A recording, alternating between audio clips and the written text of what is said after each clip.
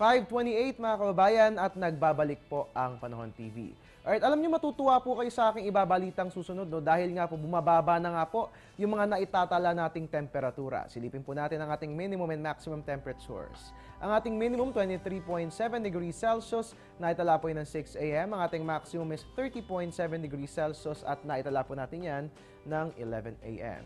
Para sa ating relative humidity, meron po tayong minimum na 65%, 10 a.m. po yan naitala.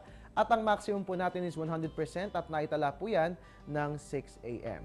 At dahil nga po nalalapit na po yung Kapaskuhan, mahalagang silipin po natin ang iba't ibang mga bagay na sumisimbolo sa Paskong Pinoy at kabilang nga po rito ang Christmas candy canes. Ang mga Christmas candy canes ay unang ginawa sa kontinente ng Europa. Sinasabing ito ay sumisimbolo sa maraming bagay. Ang hugis nito na letter J ay sumisimbolo sa pangalang Jesus, habang ang kulay nito na puti ay sumisimbolo sa purity o kalinisan ng ating poong may kapal. Ang kulay pula naman sa candy cane ay sumisimbolo sa dugo ni Kristo, habang ang 3 stripes ay kumakatawan naman sa Holy Trinity.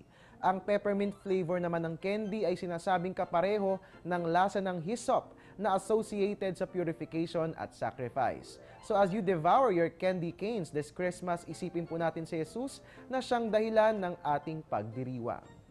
Alright, 14 days before Christmas, nako, bukod sa candy canes, no, parang masarap din kainin ng fruit cake. Nako, medyo mahirap i-bake yan, pero masarap yan. So, it will all be worth it at magandang pangregalo yan.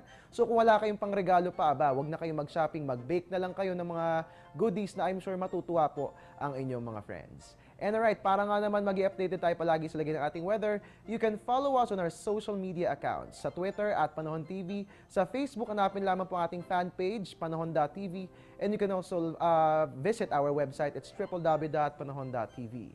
And alright, ngayong Wednesday morning, umulan na umaraw man, I'm the man. I'm your weatherman, Harry Bayona, nagpapaalalang tiwala lang. May tamang panahon ang bawat pagkakataon. Magandang umaga sa inyo lahat, Merry Christmas!